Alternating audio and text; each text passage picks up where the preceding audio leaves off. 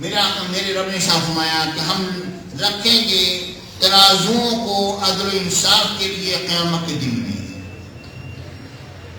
قیامت کے دن میں ہم ترازوؤں کو رکھیں گے. اب ترازو تو ایک ہے یا کئی ہیں، اب یہ تو قیامت نہیں معلوم ہوگا کہ ایک ترازو ہے یا ایک ترازو ہے، لیکن یہ کہ علماء نے حتیٰ کی توضیحات کر دی. وہ یہ کہتے ہیں کہ ایک ہی ترازو ہے. ایک ہی ترازو ہے تو اس میں یہاں موازین جو میزان کی جمع ہے جس میں ترازو کے ہوتے ہیں کہ اس کو تولا جائے گا، جمع کیا جائے گا، یا پھر اعمال کی بنا پر ہے کہ مختلف اعمال کو تولنے کے مختلف ترازو ہوں گے، ٹھیک ہے نا. یا ایک ہی ترازو میں مختلف اعمال تولیں گے، یا یہ کہ افراد کے اعتبار سے کہ مختلف افراد کے اعمال جو ہیں وہ تولے جائیں گے، اس اعتبار سے بات کہی گئی ہے.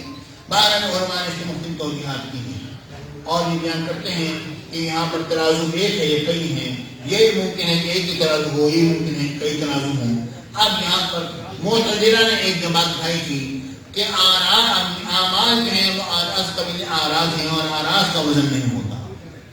جب آراز کا وزن نہیں ہوتا ہے تو اس کا وزن کیسے کیا جائے گا؟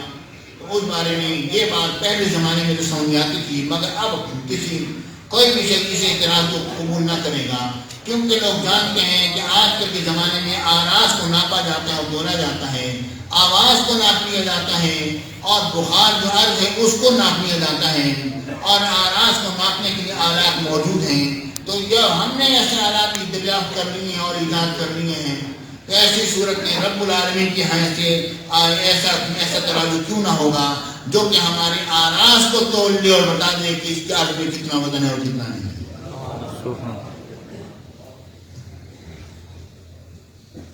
ورنہ اعمال بنی آدم وقولہم یوزن. امام بخاری فرماتے ہیں کہ بنی آدم کے اعمال اور ان کا قول یا اقوال اور ان کے اقوال جو ہیں ان کا وزن کیا جائے گا قیامت کے دن میں، ان کو باقاعدہ تولا جائے گا. اور بعض لوگوں نے یہ بھی کہا کہ وہ جس میں ان کے اعمال درج ہیں وہ تولے جائیں گے، وہ مسئلے صاحب جو ہیں وہ تولے جائیں گے، صاحب تولے. بعض لوگوں نے یہ بات نہیں کی. بہرحال اس پر انہوں نے حدیث بطاقہ سے انہوں نے استدلال کیا اور اعمال جو ہیں اس کی بھی وہ اعمال کو تولا جائے گا. اب دیکھنا یہ ہے کہ اعمال کو تولا جائے کیوں تولا جائے گا؟ کیا اعمال کے سب سے ہم جنت میں جائیں گے یا کیا ہوگا؟ حدیث پاک میں صاف صاف لکھا ہوا تحریر ہے، حدیث پاک میں آتا ہے میرے آقا نے فرمایا کہ کوئی بھی شخص اپنے عمل کی بنا پر جنت میں داخل نہیں ہوگا مگر اللہ تعالیٰ کی رحمت کی بنا پر. اللہ تعالیٰ رحمت اور جنت میں ہے گا، ورنہ اپنے عمل کی بنا پر کوئی شخص جنت میں داخل نہیں ہوگا. تو ہم مسلمانوں کے لیے کیا حکم ہے؟ ہم مسلمانوں کے لیے حکم ہے کہ اللہ کی رحمت ہوگی اور شفاعت مصطفیٰ ہوگی. حضور کی شفاعت جو ہے اللہ کی رحمت ہی کا ایک حصہ ہے جو ہمیں ملا ہے. سبحان اللہ. بے شک شفاعت مصطفیٰ اور رحمت الہی میں کوئی وہ دو چیزیں نہیں ہیں. ہماری بخشی شفاعت مصطفیٰ کے لیے کہ اللہ تعالیٰ کی طرف ہمارے اوپر رحمت ہے کہ حضور علیہ السلام کو شفاعت کر رب العالمین حق عطا فرمایا. اے ماں آپ شفاعت فرمائیں اور اپنی امت کو لے کر آئیے گا. تو یہ اعمال کا وزن کیوں کیا جائے گا؟ اس کی وجہ کیا ہے؟ بات اصل یہ کہ اعمال کا وزن اس لیے کیا جائے گا کیونکہ جنت میں اس کے مطابق اس کو مقام عطا کیا جائے گا. یا تو یہ صورت حال ہے کہ جیسے اعمال ہوں گی جنت میں ویسا مقام حاصل ہوگا. لیکن جو بزرگان جن کی اولادیں ہیں جو ان کی طرف منسوب ہیں تو ان کے لیے یہ حکم ہے کہ اللہ رب العالمین ان بزرگوں کے ساتھ ان اولادوں کو بالآخر ملا دے.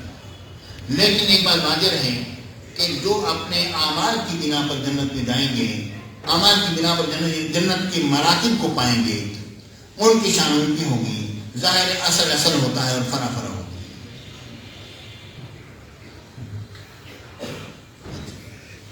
وقال مجاہد، امام مجاہد نے فرمایا العدل القسطاس العدل بالرومیہ کہ قسطاس جو ہے وہ عدل، اس کے معنی عدل کے ہوتے ہیں لغت رومی میں. قسطاس بھی آیا ہے اور قسطاس بھی آیا ہے، دونوں طرح لفظ پڑھے گئے ہیں. یہ عربی زبان کا لفظ ہے یا یہ رومی زبان کا لفظ ہے. اس میں بعض لوگوں نے کہا کہ رومی زبان کا لفظ ہے اور اس پر بھی اعتراض ہوا کہ عربی زبان میں قرآن تو عربی زبان میں ہے تو رب العالمین نے رومی زبان کا لفظ اس میں کیوں استعمال فرمایا، کیوں ذکر فرمایا؟ اس کا جواب یہ دیا گیا کہ امام بخاری یہ امام مجاہد جو قصہ روم ہے یہ قول انہوں نے ذکر کیا ہے، لیکن یہ جس طرح رومی لغت کے اندر قصہ کا لفظ ادب کے لیے آتا ہے، اسی طرح یہ لفظ جو ہے یہ اس عربی لغت کے اندر بھی آتا ہے قصہ کا لفظ۔ لیکن اگرچہ یہ قصاص بھی پڑھا گیا، اگر قرآن مجید کی کسی قرات میں قصاص نہیں آیا ہے تو آپ قرآن مجید میں آپ اس کو قصاص نہیں پڑھ سکتے ہیں، اگرچہ عربی زبان میں آیا بھی کیوں نہ ہو۔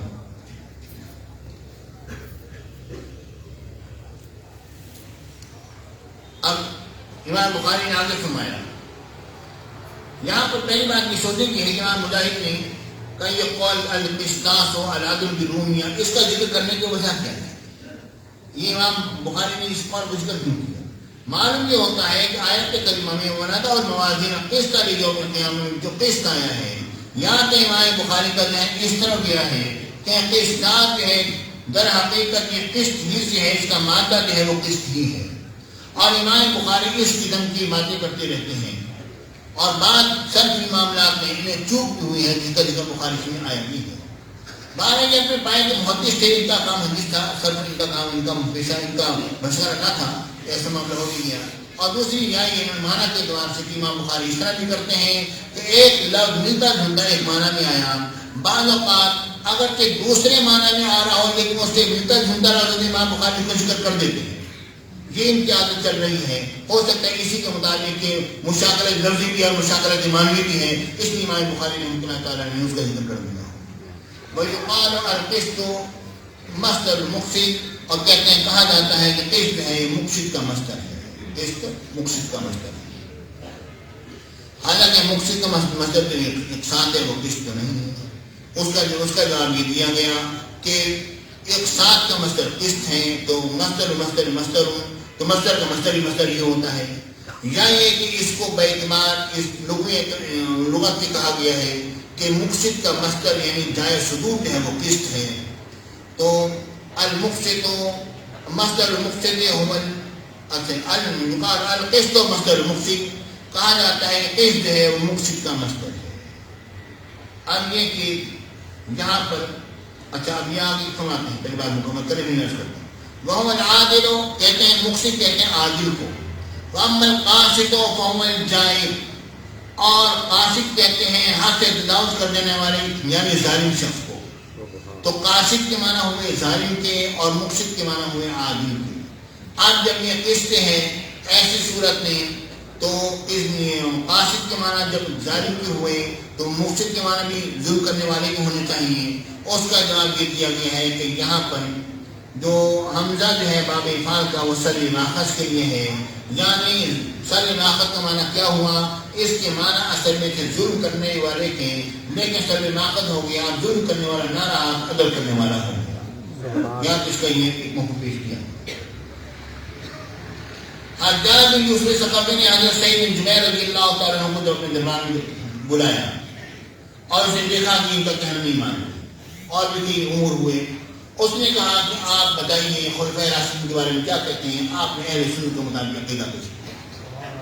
پھر اس نے کہا میرے بارے میں کیا کہتے ہیں، تو آپ نے فرمایا کہ میں جو کہوں گا تجھے برا لگے گا۔ اس نے کہا نہیں، آپ اپنی رائے کو ظاہر کریں۔ آپ نے فرمایا انت عادل انت قاسط۔ جب یہ بات کہی تو درباری جو ہے حیران رہ گئے کہ قاسط کے معنی تو عدل کرنے والے کے ہوتے ہیں اور عادل بھی کہہ رہے ہیں، عدل کرنے والا بھی کہہ رہے ہیں، تو یہ تو جناب بھی بڑا زبردست ہو گیا معاملہ۔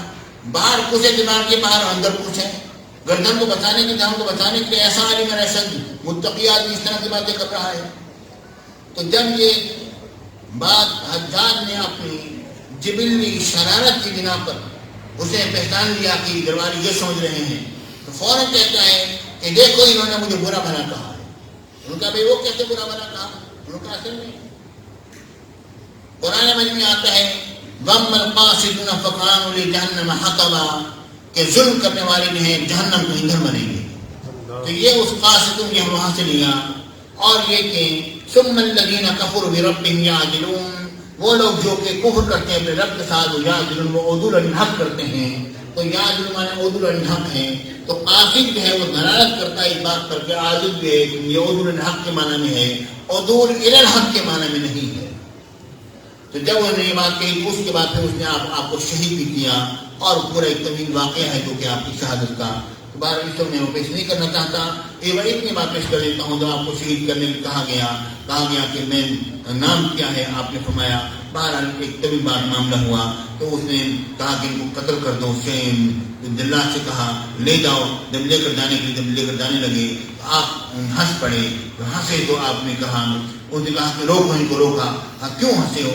کہا کہ تیرے ظلم پر اور تیری بے باکی پر اللہ رب العالمین کی حلم پر بھی ہنسا ہوں۔ رب کیسا حلیم اور بردبار ہے کہ پروردگار تجھے ابھی تک اس پر باقی رکھا ہوا ہے، اور تیرے ظلم پر اور رب کی بردباری پر۔ تو جب یہ بات ہوئی تو اس نے کہا کہ ان کو یہیں پر قتل کرو، تو اس نے پھر کہا کہ ان کو لٹاؤ، اور کس طرح قتل ہونے چاہو گے؟ کہ جس طرح تو مجھے قتل کرے گا اسی طرح میں تجھے قیامت میں قتل کروں گا۔ اور پھر آپ نے شہید ہوتے وقت آپ نے فرمایا یا اللہ میرے بعد یہ کسی اور کو قتل نہ کر سکے، اور اس کے بعد پھر جا کے گھوڑا نکلا اور کسی کے قتل کرنے پر قادر وہ نہ ہو سکا، اور وہ لیٹا ہوا ہوتا تھا، اچانک ہڑبڑا ٹوٹ جاتا تھا اور کہتا تھا کہ سعید بن جبیر خنجر بھی میرے سینے کھڑے ہیں، جب میرے پائتی پر کھڑے ہیں، اور کہتے ہیں بتا حضراتوں نے مجھے کس جرم کی وجہ سے قتل کیا ہے، ہائے میں نے سعید بن جبیر کو کیوں قتل کیا، یہ شور مچایا کرتا تھا۔ اور اس کے بعد 15 دن کے بعد تقریباً حجاج جو ہے وہ مر گیا تھا، یہ آخری اس کا یہ۔ اور اس کے بعد حجاج کو مرنے کے بعد کسی کو خواب میں دیکھا، پوچھا حجاج کے ساتھ کیا معاملہ ہوا؟ اس نے کہا کہ ہر قاتل ہر قتل کے بدلے میں 1 مرتبہ قتل کیا گیا، مگر سعید بن جبیر کے بدلے میں 70 مرتبہ قتل کیا گیا۔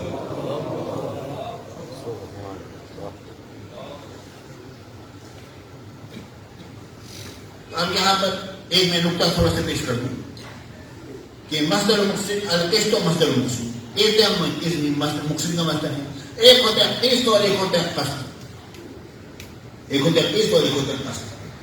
قسط کے معنی ہوتے ہیں عدل کے، اور قسط کے معنی ہوتے ہیں جور کے، ظلم۔ تو یہاں پر یہ مقصد کا مصدر جو ہے وہ قسط ہے، قسط نہیں ہے۔ قاصد کا مصدر جو ہے وہ قسط ہے، قسط نہیں ہے۔ مجھے اچھی طرح یاد ہے جبکہ میں سر پڑھا کرتا تھا، اور میرے استاذیوں جن سے کہ میں نے علم پڑھا، میرے استاد اور بھی استاد ہیں، لیکن اصل میں جنہوں نے میری محنت کی، شب اور روز جن کے دروازے میرے لیے کھلے رہے اور آج تک کھلے ہوئے ہیں، جتنے ان کے اندر ہمت ہے آج بھی وہ میرے ساتھ تعاون فرمانے پر تیار ہیں۔ تو انہوں نے مجھے یہ داں یدو کی باب جب انہوں نے پڑھایا تھا، تو ایک بات انہوں نے فرمائی تھی، وہ بات مجھے یہاں پر آج لگتی پر یاد آتی ہے، وہ آج بھی موجود ہے۔ میرے استاد گرامی ہیں تو استاد مولانا عبدالحکیم صاحب اللہ، تو فرمایا جب میں نے پڑھا تو استاد مولانا عبدالحکیم صاحب اللہ نے دعان و دعوت مدیمت دعوت فہو داعی، جب ہم نے جب پڑھا یہ تو فرماتے ہیں کہ یہ ہر مسئلہ کا الگ الگ مطلب ہے، اور تفصیل بات کرنے کے نہیں ہے، میں آپ کو اجمال بتا رہا ہوں۔ وہاں جب اس مذہب کا یہ مطلب بنے گا، اس مذہب کا یہ مطلب بنے گا، اس مذہب کا یہ مطلب ہے۔ اب داعیہ جب یہ معنی لیں گے تو اس مذہب سے ماخوذ مانیں گے، یہ معنی لیں گے تو اس مذہب سے مشتق مانیں گے، یہ معنی لیں گے تو اس مذہب سے بناؤ مانیں گے۔ تو یہ بات انہوں نے فرمائی، تو آج مجھے وہی بات اپنے ساتھ کی، وہ آج سے تقریباً 40 سال پرانی بات مجھے یاد آتی ہے، تو انہوں نے مجھے بات پڑھائی تھی 30-35 سال پہلے، تو وہ بات مجھے یاد آتی ہے کہ آج ہم دیکھ رہے ہیں کہ قسط مقصد کو قسط سے مانیں گے اور قاصد کو قسط سے مانا جائے گا، حالانکہ قاف سین اور تو دونوں کے دیشی طرح ہی لکھا ہوا ہے۔ حدثنا حمد بن اشکاب، ہمیں کسی بات نے کہ احمد بن اشکاب، یہ اشکاب بھی پڑھا گیا اور اشکاب بھی پڑھا گیا۔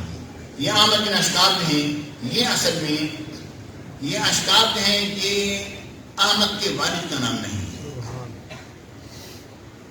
احمد بن اشکاب جو ہیں یہ احمد کے راوی امام بخاری کے شیخ، ان کے والد کا نام نہیں، مشہور اسی طرح ہی ہے۔ ان کے والد کا نام یا تو معمر ہے یا عبید اللہ ہے، عبید اللہ۔ تو یہ اشکاب ہیں، ان کے خود دادا ہیں۔ تو یہ اس طرح ہوتا رہتا ہے، جس طرح احمد بن حنبل تو دادا ہیں، احمد بن محمد بن حنبل بن نام ہے اصل میں آپ کا۔ اور اسی طرح جو یہ محمد بن شہاب دوری جو پڑھتے ہیں، تو محمد بن شہاب، تو شہاب تو ان کے وہ پڑھ دادا میں سے کوئی بنتے ہیں، ٹھیک ہے نا۔ تو یہ تو آپ کے والد کا نام تو یہ نہیں ہے، آپ کے والد کا نام جو ہے وہ تو محمد بن عبداللہ بن مسلم ہے۔ آپ یہ ہیں. تو یہ اصل میں اس طرح ہوتا رہتا ہے اصول حدیث میں، اور اس طرح سے آتا رہتا ہے معاملہ. تو یہ سلسلہ ہوا. اچھا احمد بن اشکاب، ہمیں کسی بات میں کہ احمد بن اشکاب نے ان کا ہمیں اشکاب اور مرسل بھی پڑھا کیا، غیر مرسل بھی. ہمیں انہوں نے فرمایا کہ ہمیں کسی بات میں کہ محمد بن فضیل نے انہوں نے ہمارے ابن قعقاع سے روایت کی، انہوں نے اپنے ابو زرع رضی اللہ تعالیٰ سے روایت کی، آپ نے سیدنا ابو ہریرہ رضی اللہ تعالیٰ سے روایت کی کہ سیدنا ابو ہریرہ رضی اللہ تعالیٰ نے فرمایا قال النبی صلی اللہ علیہ وسلم کہ میرے آقا النبی مکرم صاحب العلاق صلی اللہ علیہ وآلہ آلہ وصحبہ وجمیع وسلم نے فرمایا کلمتان حبیبتان الی الرحمن خفیفتان علی اللسان ثقیلتان فی المیزان سبحان اللہ وبحمدہ سبحان اللہ العظیم. کلمتان دو کلمے، حبیبتان محبوب ہیں، الی الرحمن رحمان کی طرف. یا تو اس کا معنی یہ ہے، یا یہ ہے کلمتان حبیبتان قائلہما محبوبان، محبوبتان کرتے ہیں، ان کے قائلہما محبوب، ان کا قائل جو ہے وہ محبوب ہے. کلمتان حبیبتان قائلہما محبوب، ان کا کہنے والا